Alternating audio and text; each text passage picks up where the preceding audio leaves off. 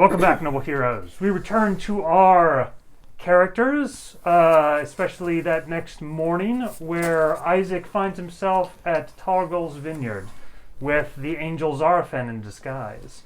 The two of them are sharing a fine vintage of wine in a lavish gazebo.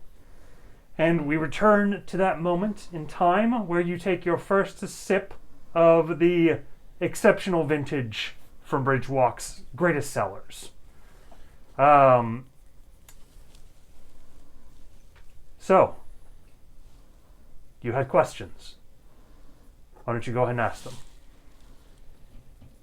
All right. When you first arrived, it would be an understatement to say that you found me in odd circumstances. He nods. I would say that. And you've also taken notice of my staff and its origins. I think I've guessed them.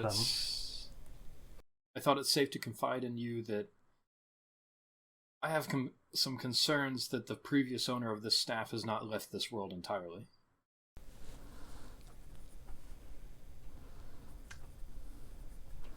Are you speaking about Alton? Yes. There was a point in the past where I spoke to him and I fully embraced his aid. This was a long time ago. And through the help of another angel,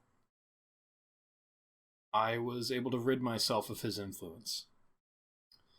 And I thought myself clean of it all until we met in the tower, and something was controlling my body against my will.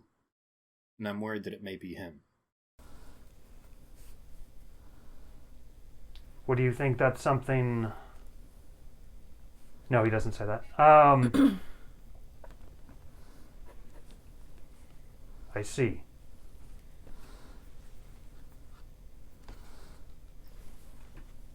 I don't have a great deal of insight into the situation. I don't sense anything on you or around you that might hint at the origins of your problem. But I can tell you the history of the staff. That would be a good place to start.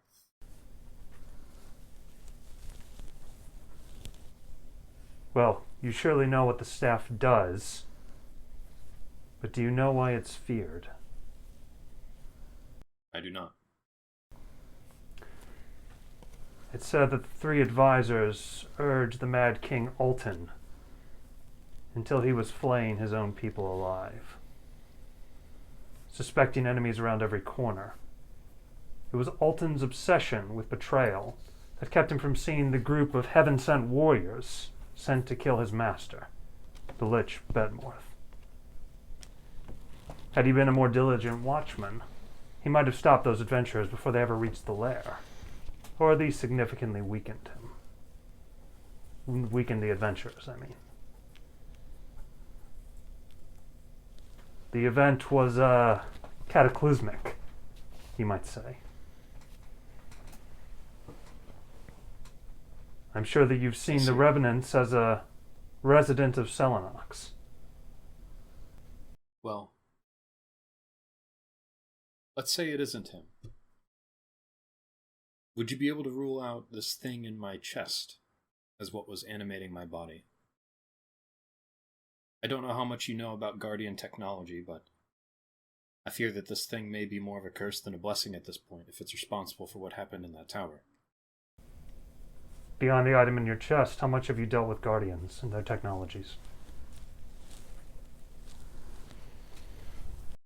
I've had my exposure to this thing, and I've had the experience of reanimating a Guardian. I don't know what it was, some giant war golem. You reanimated one of the Guardians with your fate. Yes. But shortly after it fell apart, turned into nothing but dust. He shakes his head a little bit. They possess tools you wouldn't believe. The most rare and unique of artifacts lay buried beneath our feet. In fact, that's one reason I wanted to speak with you today. I happen to have one such artifact from quite a long time ago. I wanted to see if you could use it. I can't. I had heard of your edition long before I saw it, and I brought this down here to try and see if you're willing. After a bit of study, I would say that this is basically a piece of one of their eyes. Or rather, one small eye. They have multifaceted eyes like a fly, and each eye seems to see in a different spectrum, or one piece of a whole picture. I was wondering if it would react with the piece there, and allow you to see what they might have seen. If not, I suspect that it's junk, and will never work again. Isaac will pass his wine glass between hands, take another sip, and then hold out his free hand, expecting him to hand it over. Zarafen is going to reach into his, it's sort of like a fine, thick vest to ward against the cold. And he is going to pull out the Guardian Eye Node, which I sent you. He will hand it over to you. It appears to be a blue and black disc with the semblance of looking in very deeply into some creature's giant eyeball.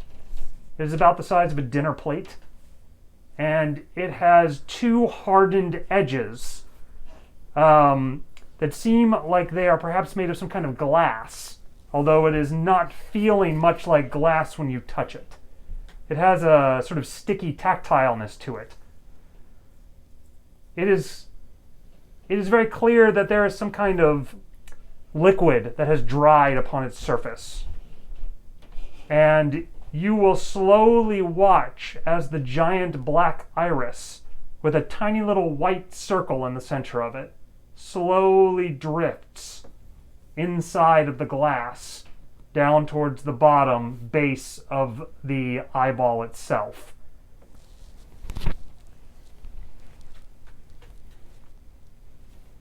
Do you... Isaac, still holding it, will kind of look in the direction the eyeball's looking. You gain a sense that the drift almost seems instinctual, that there doesn't seem to be much a purpose to it. But when you look in the direction, you just see that it seems to be looking at the table. And then the eyeball is going to drift back to center.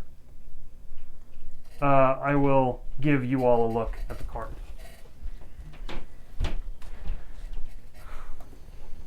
Anyway, Zarafen is going to encourage you to hold it up in front of your face. Perhaps you can see something through it that I cannot. Isaac will, before he does, he spins it around and looks at the back of it. What does he see there? It is the same visage, also the eye. It looks like both sides of it are the same. He'll hold it up to his face and kind of peer deeply into the iris and see if he can spot anything. Hang on. When you look through the disc, you only see a swallowing darkness surrounded with eye-like filaments. But you also see that something living, something swimming, can be seen very tiny going through the eyeball itself. Occasionally, the iris moves to the edge and then back to center, but it doesn't seem to have any pattern or discernible structure to it. Additionally, you can make out nothing on the other side of the eye. It's not translucent at all, and you seem to be gaining no additional information about it. I'm sorry to say, Zarafen, but this may take me some more time. Keep it then. I'll let you know what I find. He nods. Particularly tonight. I don't expect you'll find much. I've studied it for a very long time. I have noticed that I often am more attuned to this thing in my chest when I go to sleep. Perhaps something will come of it tonight. He nods. Perhaps. Isaac, I wanted to ask you a question now, if you'll answer it. Why are you here? Why am I here in this gazebo, or why am I here on this journey? With your history, why are you on this quest? Well, I suppose the easy answer would be that I was part of the prophecy. It called for me to be here, and so you could say that I have little choice in the matter. Even if I were still a criminal, it's needless to say that they could simply catch me, bind me, and throw me on the boat just like I am now. Some men run from their fates. You're a clever man.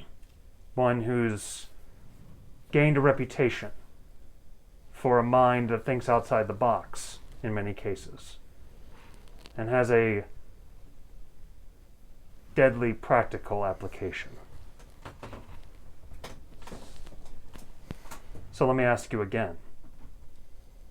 Why are you here?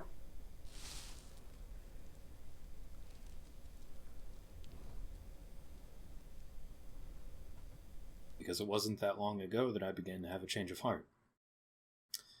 And it just so happened that around that time, this opportunity came up in front of me, and I saw it as a chance to see if I could really change my ways. And which ways are you trying to change, and where are they changing to? What I'm trying to change is my obsession with the idea that the ends justify the means, and that I need to be the most powerful in any given situation. What they're changing to, I don't know if I'd be able to say quite yet. It feels like this journey's only just started, even though so much has already happened. And I'm still fighting old habits every day. Sometimes I'm worried that I'll let down the rest of the group. It's not always clear to me what the right choice is. You will see that Zarafen smiles slightly at your answer. Are you saying that you would try to be like Roland? A hero?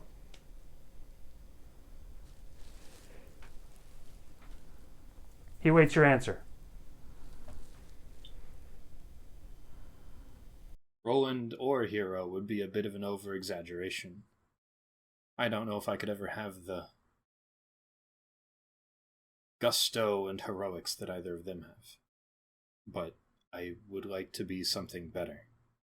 Perhaps something that this group lacks.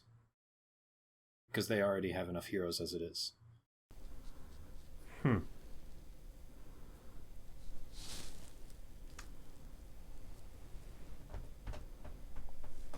Would you enjoy that lifestyle? Being famous?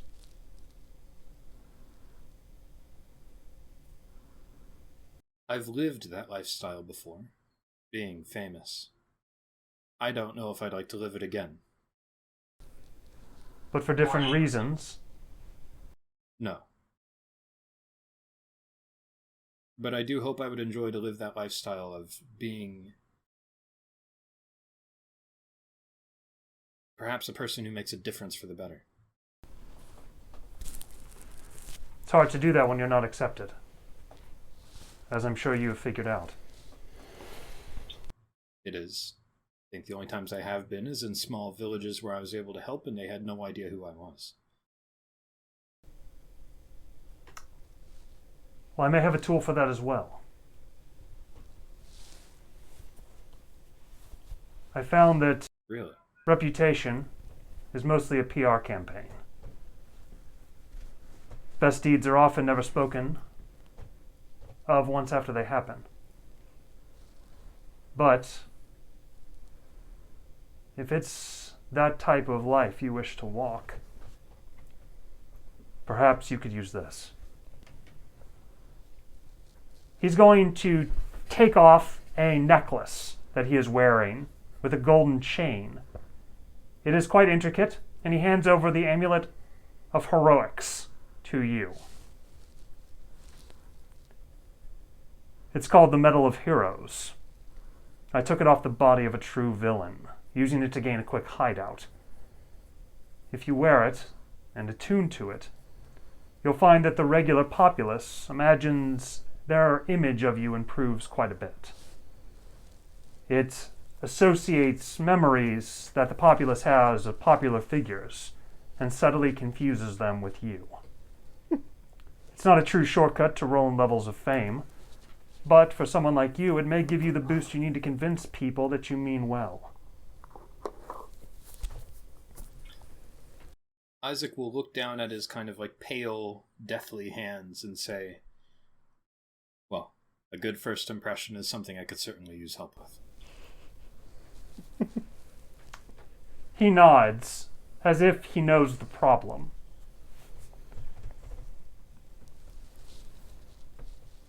Tell me, if I were to put this on now, would you be able to tell me what I look like to you, or does it not affect you? It only affects people you have not yet met. I see. Right, well, then I don't have to worry about shocking Prongor or the crew then when I put it on, I suppose. He nods.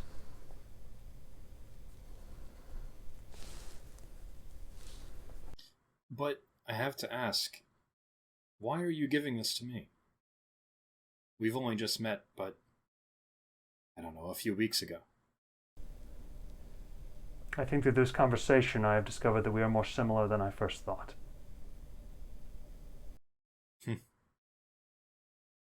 You were not the first angel to tell me that. There's a small smirk on his face. He says, "Do you have any questions for me? I think I've run out." Yes, just one. He's going to look down at the bottle. We really have run out. Well, in that case, and then Isaac will kind of like finish off his glass and then put it down. I just wanted to ask how long you were planning on staying with us. I know your time here is limited. I think I will be around for a very short period of time. I must get back to where I belong. Well, just know that I enjoyed our chat, and I appreciate it. It is rare that I find a kindred soul, Isaac. But I hope that we do meet again. Often. Even after I leave. As do I. And I don't think I'm the only one in our group who thinks that. Well, are you headed back to the fortress? Yes. I promised I would meet Juniper for a breakfast. So I think I will take separate ways. If that's all right with you? Of course. I'll speak to you later. He nods.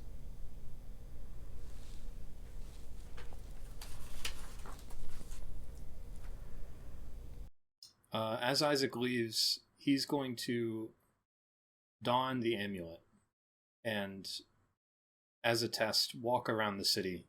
Do you attune to it? This is a difference. Yeah. As you attune to the amulet, you take off the sin stone.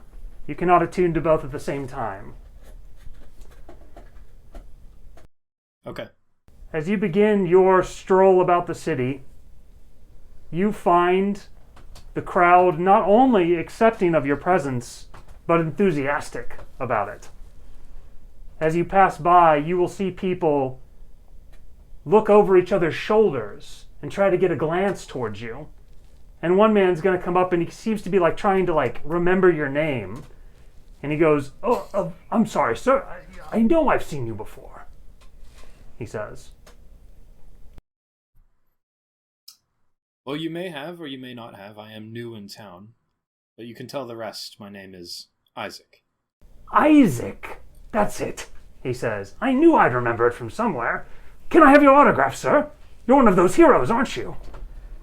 The ones who saved us yesterday. Are you part of the Holy Patrol? I am not part of the Holy Patrol, but I am part of the group that saved this city. He says, incredible. Oh, just wait right here for one moment. I'll get my notebook, he says. Suddenly a line is forming, asking for your autograph. Oh, Lord. Okay. I'm gonna like this. Isaac will give... Go ahead. Sorry. Isaac will what? Yeah, go ahead. Finish it up. I was just going to say he'll do that for a while before slipping away into the shadows and taking the amulet back off. All right, it's not too crazy. It's like 5 people. So it only takes you like a minute. We're going to be so confused when we go out with him. All right. As you walk away, what is Isaac's demeanor as he leaves the small crowd of admirers? He's no stranger to attention, but it's always been for very different reasons, or that kind of attention, rather. And so his hood is up, but his cheeks are kind of burning with embarrassment. He's not quite sure how to feel about it, but he definitely is feeling a lot. Okay.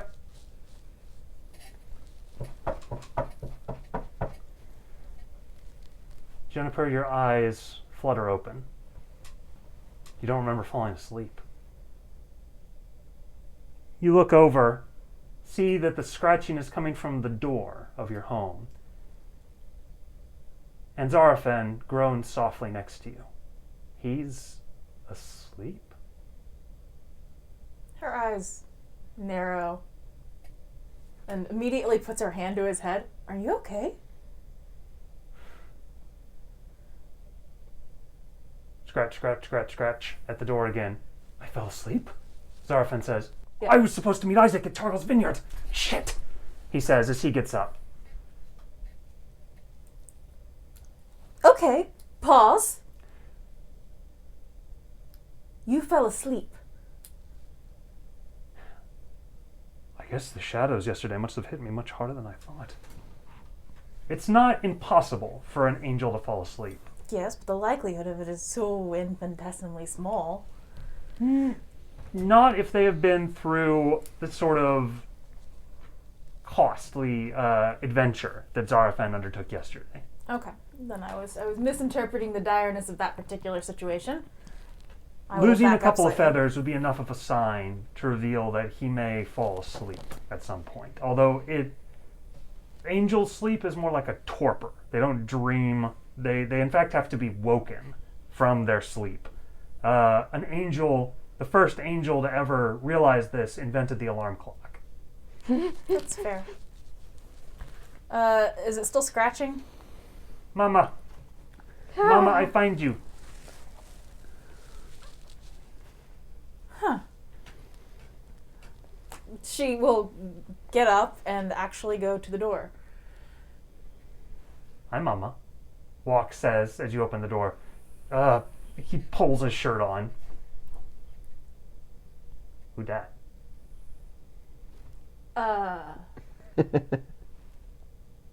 He's gonna kind of stroll in. Mama, I'm hungry. I want breakfast.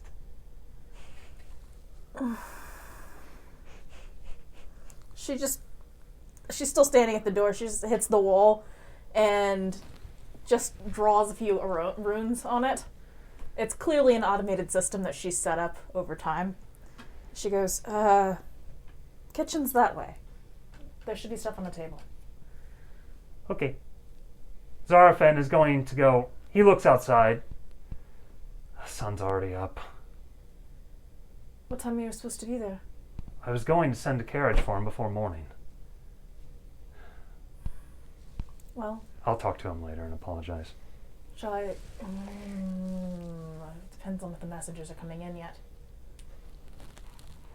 He says, I'm sure he's already realized.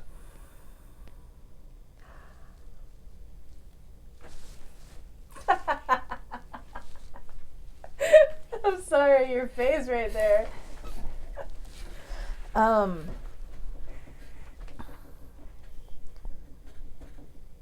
Do you want to still try to meet him?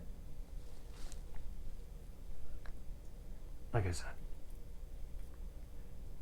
I am feeling a bit famished, though. Perhaps I might join the bird for breakfast. She reaches over and absently just draws something else. No, breakfast all mine. Walk says as he jumps into a chair and sort of wobbles around in it for a second before leaping onto the table. I will say, there are different rooms in this house. It's not like one room. You're following Walks into the Okay. kitchen.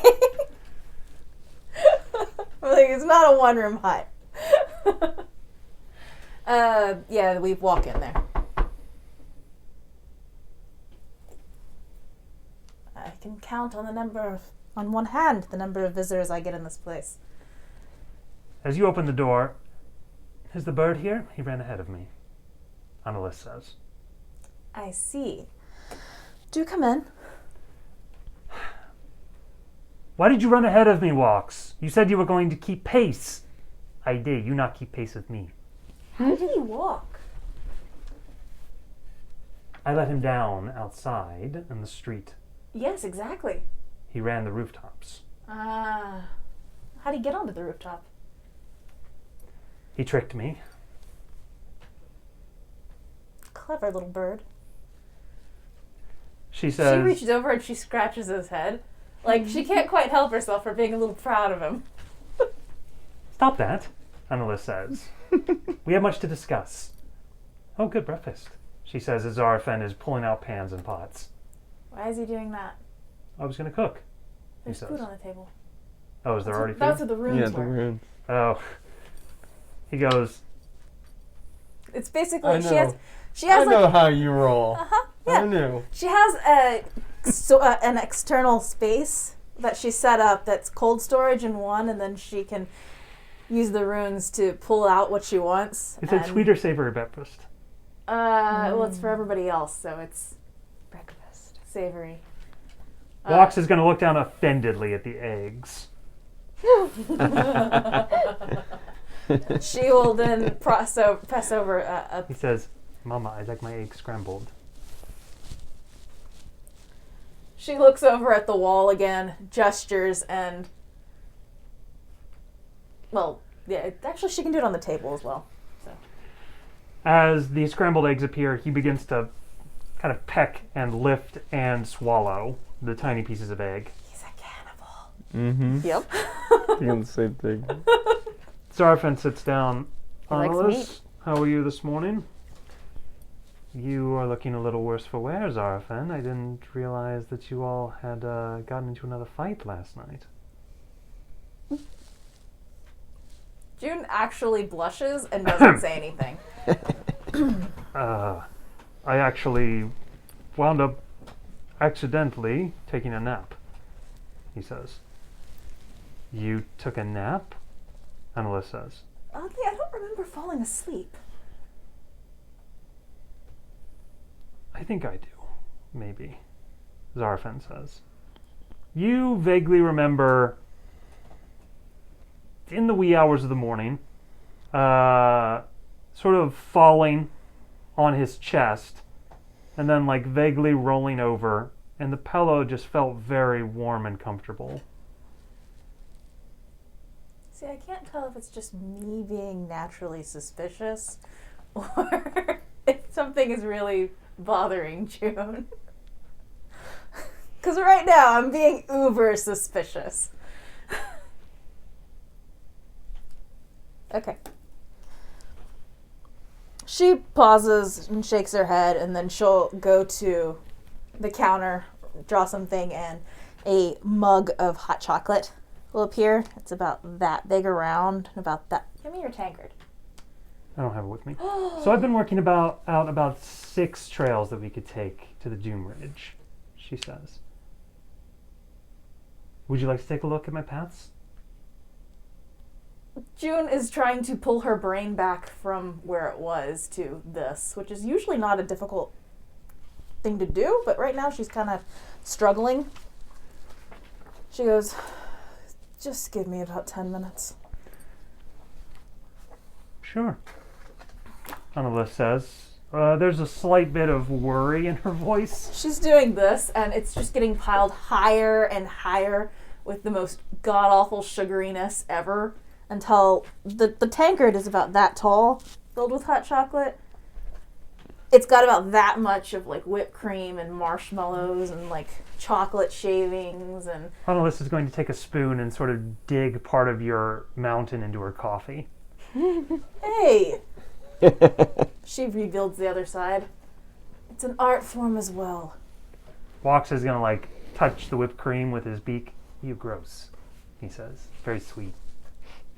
It's delicious. I don't know what you're talking about. Mama weird. She shrugs. Sure. Walks is going to like stomp up in front of Zarafen's plate. What you intentions with my mama? June actually snorts and laughs. I assure you I have nothing but the most noble intentions, Zarafen says. My eye on you.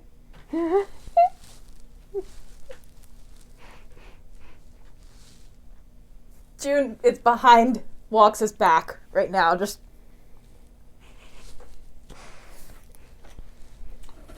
Don't worry, I won't do anything to betray her honor.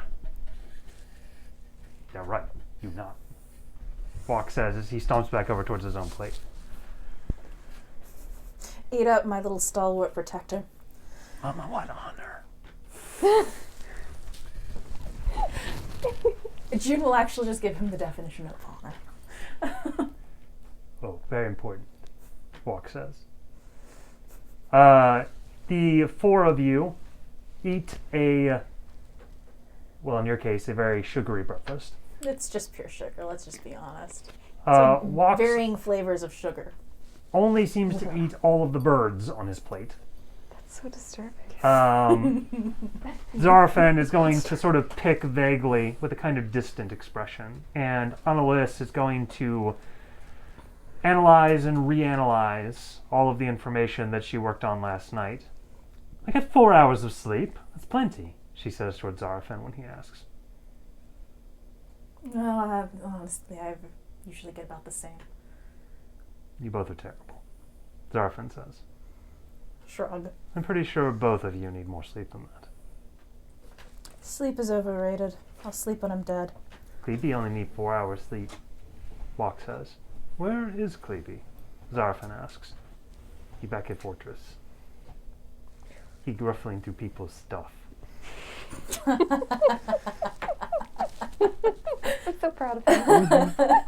June laughs and then quickly covers it up. She says, he probably shouldn't do that. That's not a good thing to do. Okay, I tell him. Later. Make sure you don't do it. I have no hands. I don't think that would stop you, dear. You're right. She just looks at him drolly and she just shakes her head. Don't get caught. He says, I run away very fast if I do. What? He says, Mama, I want to go to Beast Bazaar, but I can't get there. Why do you wish to go to the Beast Bazaar? I want to see beasts. Any particular reason? I like animals. Oh no. She's just thinking about him trying to eat all the beasts, honestly. That's kind of what her thought process was right there. He's a kid. He wants to go to the zoo. He doesn't need a reason. But he wants to eat the zoo animals. He does want to eat the zoo animals. I love how sure you all are that he wants to eat these giant animals. Yes, he does. He wants to eat everything. She goes, I'm sure we can probably manage that while we're here. He goes, okay, good. However, we do need to return to the fortress and see what's going on. Yeah, Drake's back. She looks over at Annalise and goes, why didn't you start with that? I didn't know. When did they return, Walks? I see them come When? when we leave, he says, looking over towards Annalise. You didn't point it out to me? You're very busy with book. She kind of just raises an eyebrow and shrugs. That probably totally makes sense. He goes, They just couple drakes, though. Not know if they're the ones that we want. She nods.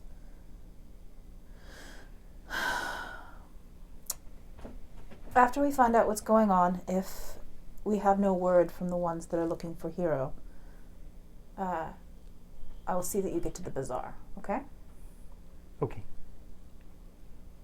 She looks over at Annalise and she goes, how about you go ahead and fill me in once we get back to the fortress, and you take walks back, please. I need to discuss a few more things with Zarafen. Okay. Sure. Discussion. Annalise says. At this point, June actually does not blush. She just looks droll. She's going to smile a little bit cheekily, and she's going to pick up Walks underneath his legs. This again? He says. Yes, this again. Walks, don't run away from Annalise. You'll make her worry. You my sister? Walks says as they head towards the door. She's your aunt. Oh, like Jania. You like Jania? No, Annalise says. Not very much. Yeah, are you like Jania? Not do you like Jania? I was like, oh, that's harsh. Yeah, that was cruel. I was like, why does she have that face on? No, not very much. I was like, jeez, poor Jania. I mean, she may not be like, you know, my best buddy, but I mean... Roland.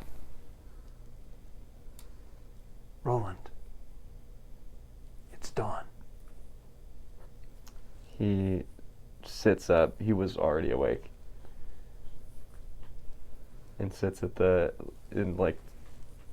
turns and sits with his feet hanging off the bed. Then no voice comes. Oh no, he would just be laying there, Okay. just waiting for it to call to him. You ready there? So what are we gonna do? He gets up and sits on the edge of his bed. Look out the window.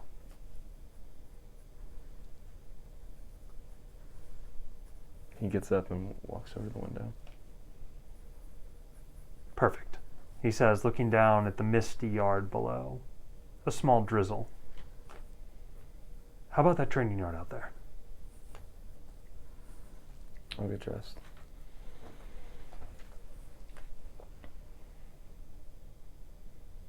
So here's my idea.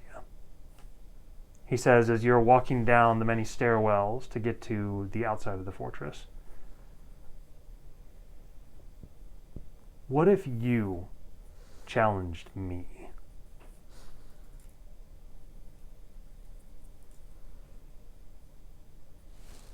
Like a declaration challenge? That's a fight. A one-on-one fight, right?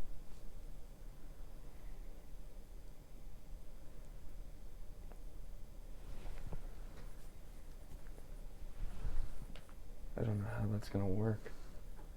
Exactly. I don't think you all have ever done it before.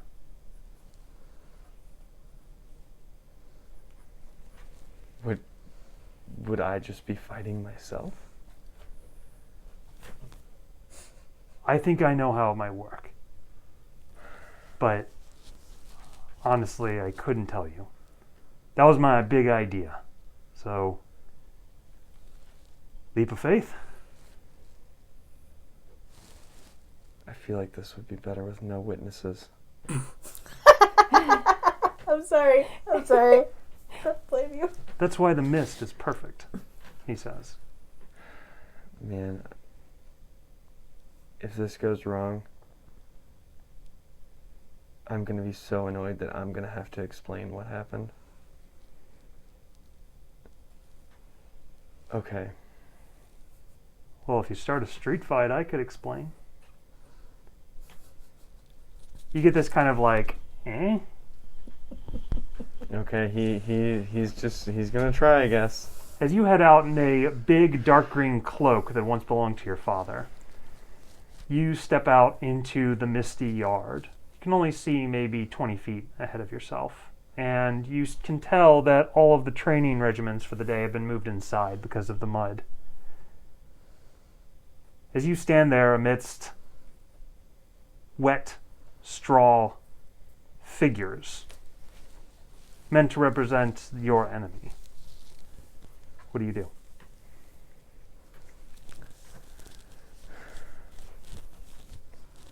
He issues a challenge to himself. What do you do? What do you say? I can't remember. How do you word a challenge when you call somebody out? However you want. And say, what is this guy calling himself again? Dalnor. Dalnor. I thought it was Dolnar. Okay.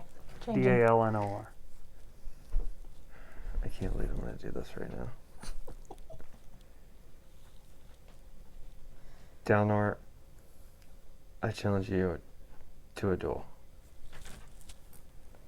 As soon as duel leaves your mouth and is done hanging in the air for a moment, Dalnor takes control of your body. It worked, he says, as he looks around the yard. He's going to walk up towards one of the statues.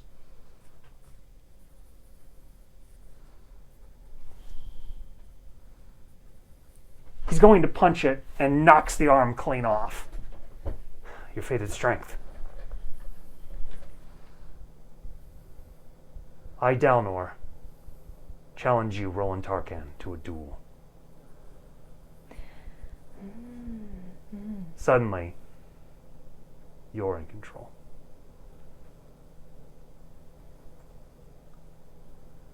Hit. He hits. You crack the arm clean off. There we go. Now, let's try this. Suddenly, your body moves. His controlling your right leg steps to the side without your knowledge of it. Does it feel You wobble a little bit, like almost doing the splits in the mud for a second. This way, he says. Man, we gotta link up a little bit better. How? I don't know. Okay, let's try this. Suddenly, a flood of knowledge is going to slap into your mind, like somebody throwing a book down on the counter. And you suddenly see layers of monk-like movements, stone monk movements. How does that feel hitting my brain all at once? It is a page worth of knowledge. 6 forms. Honestly, it feels a little invigorating. Okay.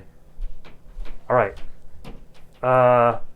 Your leg sort of slides back into formation a little bit. Feels weird. All right, I think I see. Okay. Right leg first. As you step forward, you realize that he is effectively wielding the right half of your body, and you are wielding the left. As you come forward, it is clumsy. The kick swinging through the atmosphere. But you watch as the drips of rain slowly ricochet off the armor of your foot, separating them into a clean, slick line in the moment where your leg kicks so hard that for that moment, the rain is knocked out of the area.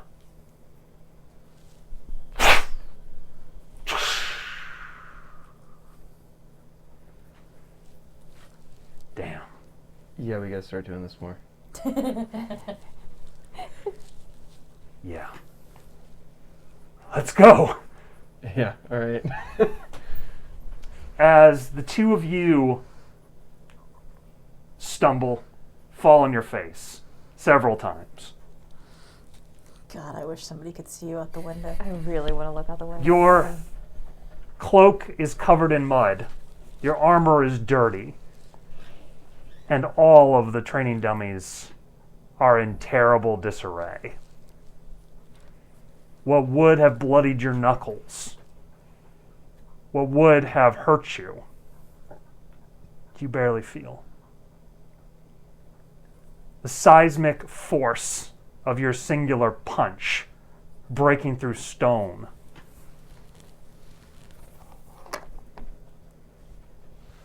You feel a growing excitement inside, not from you, but from Dalnor. Hey, this is working. I thought it wouldn't. I'll admit it, he says. You seem like you thought this was going to work. No, I was totally out of my element. You know, you gotta fake it till you make it. Just bluffed yourself.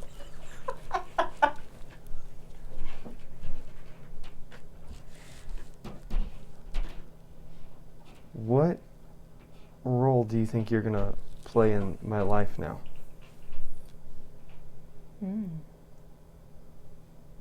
I think I have an idea of why I'm here. And I think I know why it corresponded with those events yesterday. Here's my theory. I think I'm here to help you save the world. He straight up rolls his eyes. Hey, you may think it's corny, all right, but fate doesn't care about that sort of thing.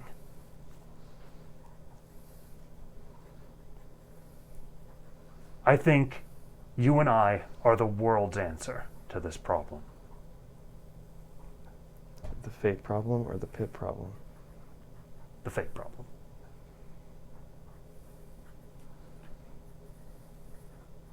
I mean, I arrived way before we knew Pitt was here, right? That's my theory. Now, I could be wrong. Maybe I'm just some weird quirk of fate. Something wrong. But either way, if you believe in something enough, sometimes you can make it happen.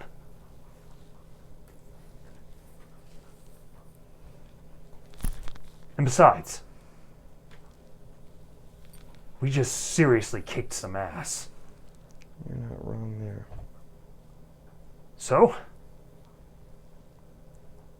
partners? Is he talking in my head? Yes. Okay. When he talked and challenged me to the duel, was that me speaking or did he do that in my head? He said it out loud when he Said it out challenged loud. you. Does he have control to speak out loud with my body? He seems to.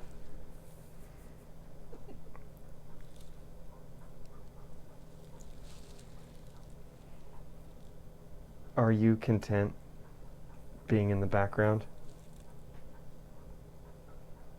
Yeah. Look, I don't want to be here in some kind of permanent fashion. I think, if I'm right, when we finish this quest, I should be gone. Here, Okay. I renounce my duel. I surrender. Oh, that didn't really work. Okay, you do it too, he says. Maybe we both have to do it. Maybe somebody has to punch you. I honestly don't think that's going to work because I think one of us is going to have to lose. Surrendering is losing. Try it. I renounce my duel. He fades into the back of your mind, no longer in any control of your body. Okay, good, it worked. When I can get alone with her, I'll let you talk to Juniper first. Maybe not Juniper first. It's going to be Juniper first. Okay, whatever you say. And this was fun. You see yourself, glistening white teeth, smile back at you. Hell yeah, it was. Or he says, Yeah. by heavens it was. By heavens it was, yeah. All right.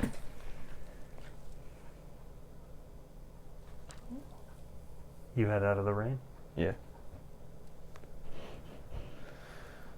You think you could probably use a little bit of a cleanup.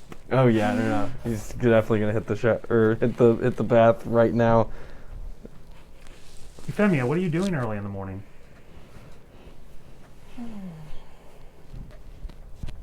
She would have been exhausted. She probably slept in. And then I would say she would probably grab Cleby and go to breakfast. Wherever breakfast is in the fortress. Is there like a canteen? As you're walking outside of your room to go get Cleby, you open your door. Oh, hi, Captain, Johnny says. Hey, look, I know we talked about it, but I wanted to make sure that there were no hard feelings. Johnny says. Oh, she says. Honestly, in everything that happened,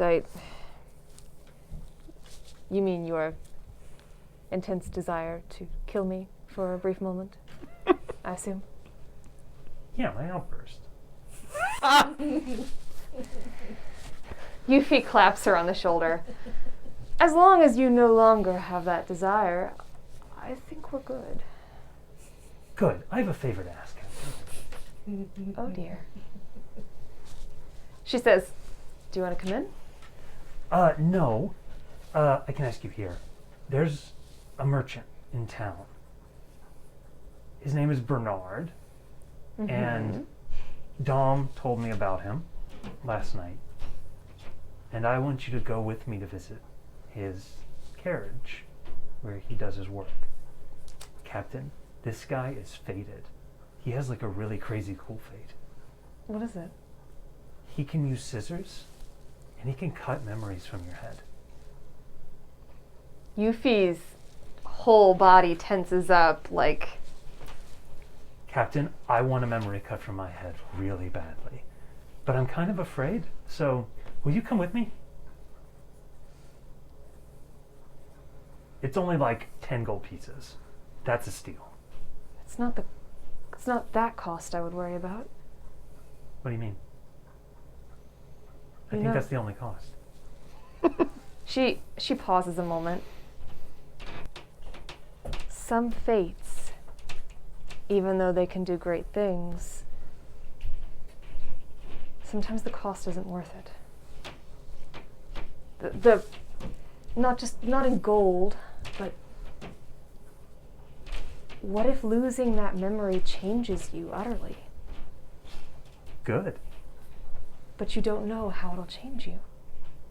I might be happy. She looks a little sad at that.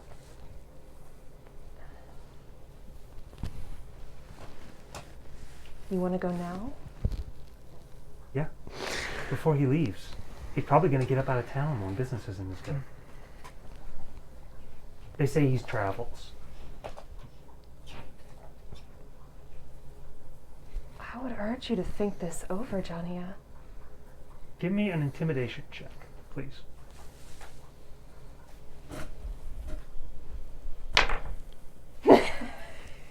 You have advantage. It's gonna be a 1. Hey. Oh god, it's not a 1, it's a 9. Wow. 15. 15. Mm-hmm.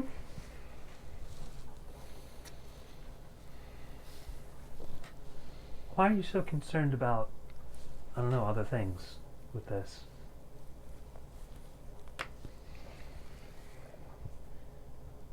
She leans forward. Come in. And shuts the door. Okay. You know what I can do with my fate. You know I can take things from people.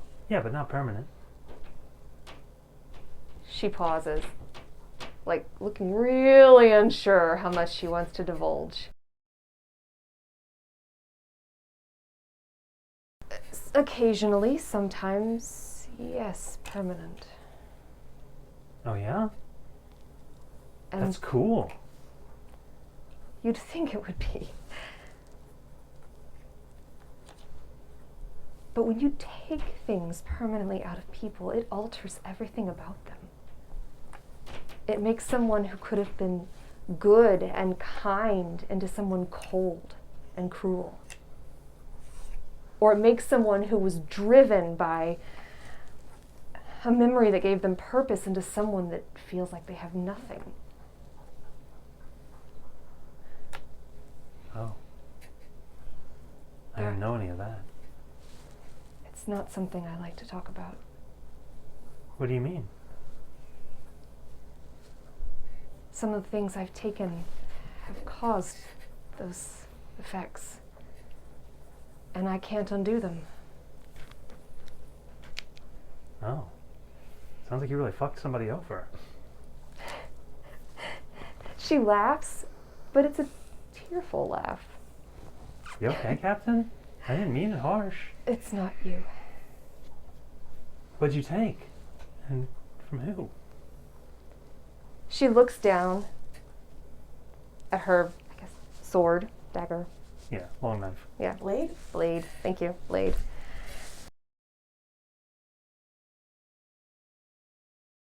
It's why this works the way it does.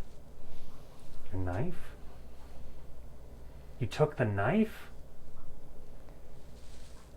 For a minute, she's just almost, it looks like in her mind, she is struggling for strength to be patient.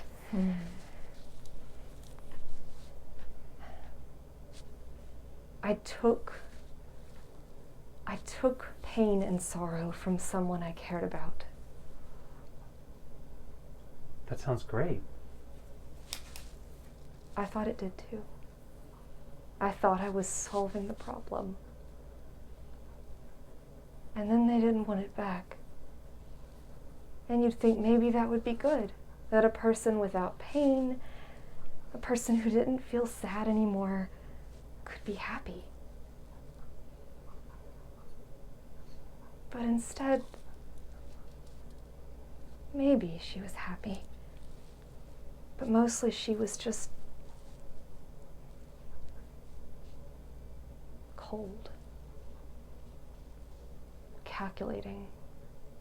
She couldn't understand other people's pain anymore. I turned her into a monster. And I don't want the same thing to happen to you. Sometimes our pain is it's what makes us, for better or worse. Johnny looks really uncomfortable now. She sort of shifts awkwardly in her chair and her eyes sort of dart. Oh, well. Damn, I didn't know any of that stuff might happen. I can't make the choice for you, you know. Nah, it's cool. You convinced me, Captain. I'm not gonna go. Insight check? Sure. You have advantage. Thank goodness. You can re-roll it. Can I on an advantage? Yes, we looked that up, remember? It wasn't that much better. I'm sorry, what was it? Insight check? Insight. Right. 17. 17. Johnny makes quick, decisive decisions. She is unburdened by contemplation. And that is exactly what she intends. She's not going to go anymore. She sighs and there's relief in it. I'm glad you're staying, you. I mean, I'm not that great, she says. Don't sell yourself short. She goes to the door. I apologize, ma'am, if I woke you. He looks up. It appears as though the Drake Riders have come back quickly. They are here. Yuffie turns to look at Jania. We are calling back your allies to the fortress now. Let's go hear what they have to say. All right. As the party is called back together towards the adamantine fortress, it appears as though the riders that seek the Outrunner have returned. Thank you for joining us, noble heroes, for this mission, and we will go ahead and give it a call there. Please give us a like and a subscribe if you enjoyed our content. Comment below. Tell us your theories and queries about this session. And remember, do try this at home.